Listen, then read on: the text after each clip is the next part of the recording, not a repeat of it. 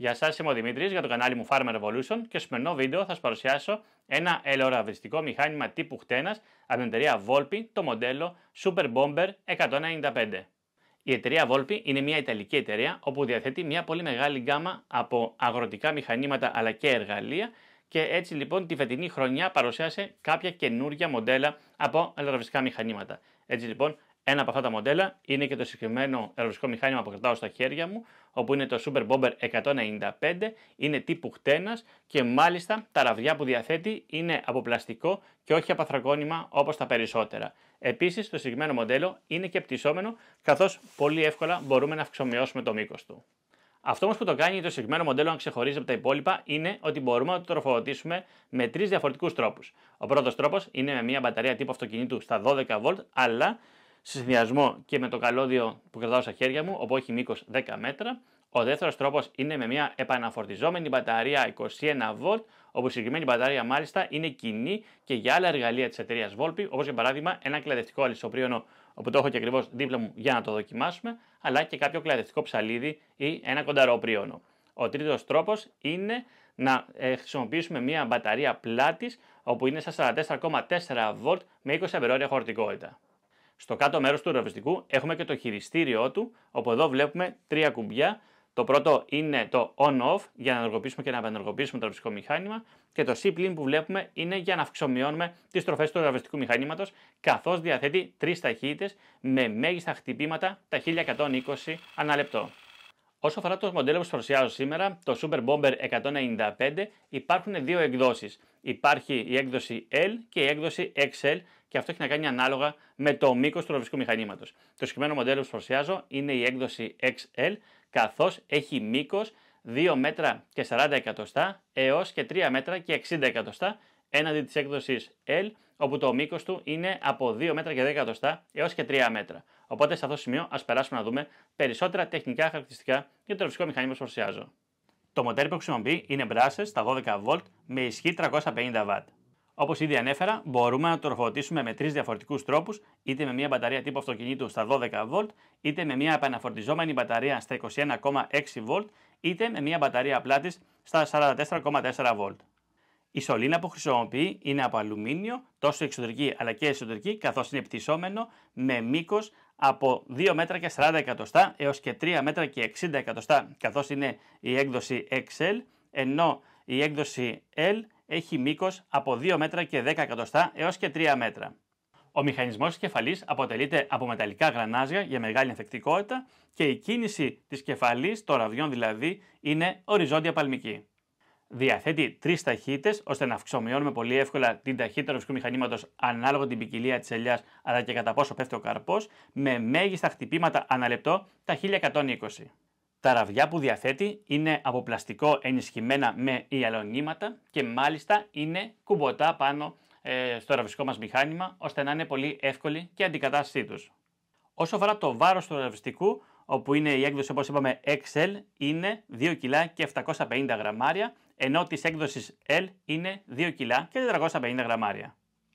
Στα τεχνικά χαρακτηριστικά του ραβιστικού μηχανήματος ανέφερα ότι διαθέτει πλαστικά ραβδιά σαν αυτό που κρατάω στα χέρια μου. Σίγουρα πάρα πολύ θα αναφέρεται ότι είναι πλαστικό, θα σπάει πάρα πολύ εύκολα ή θα έχει αυξημένο κόστος καθώς είναι κουμποτά πάνω στο ραβιστικό μηχάνημα. Εδώ να αναφέρω πρώτα ότι το ραβδί έχει δύο θέσεις που μπορούμε να τοποθετήσουμε πάνω στο ραβιστικό μηχάνημα, Α και Β, και ανάλογα από ποια πλευρά θα το τοποθετήσουμε, ουσιαστικά ρυθμίζουμε και τη γωνία πάνω σε αυτό. Όσο αφορά την αντοχή του, βλέπουμε ότι είναι πάρα πολύ ανθεκτικό. Εδώ έχουμε περίπου 90 μοίρες και δεν σπάει. Όσο αφορά το κόστος, περίπου στα 4 ευρώ, οπότε καταλαβαίνουμε ότι είναι αρκετά οικονομικά και πολύ εύκολα να τα αντικαταστήσουμε. Εδώ στα χέρια μου κρατάω μια επαναφορτιζόμενη μπαταρία στα 21,6V με 4 αμπερόρια χωρητικότητα από το κλαδευτικό αλυσσοπρίωνο μπαταρίας που βρίσκεται ακριβώς δίπλα μου και όπως είπαμε είναι κοινή και με το ραβιστικό μηχάνημα που σας παρουσιάζω. Οπότε παίρνουμε την μπαταρία και την τοποθετούμε στο κάτω μέρος του ραβιστικού μηχανήματος όπου υπάρχει η σχετική υποδοχή. Έρχεται, ασφαλίζει και πατώντας το κουμπί ενεργοποίησής του, το ραβιστικό μας μηχάνημα θα εκκινήσει.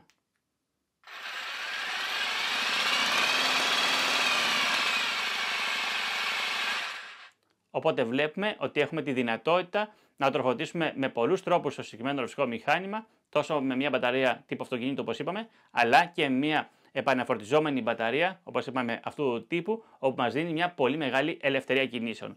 Όσο αφορά όμως την αυτονομία που πάρα πολύ θα αναρωτηθείτε, σύμφωνα με τον κατασκευαστή μας δίνει μια αυτονομία περίπου 80 με 90 λεπτά. Φυσικά αυτό έχει να κάνει ανάλογα και με τον τρόπο που χειριζόμαστε το ρευστικό μηχάνημα. Η δυνατότητα που έχουμε με το συγκεκριμένο μοντέλο να τοποθετούμε τα ραβδιά κουμποτά πάνω σε αυτό μας δίνει τη δυνατότητα να μπορούμε να τα αντικαταστούμε αν κάποιο φθαρθεί ακόμα και στο χωράφι με τη χρήση ενός μικρού κατσαβιδιού. Όπως επίσης μπορούμε να το τοποθετήσουμε πάνω σε αυτό. Απλά το τοποθετούμε και το σπρώχνουμε και ασφαλίζει.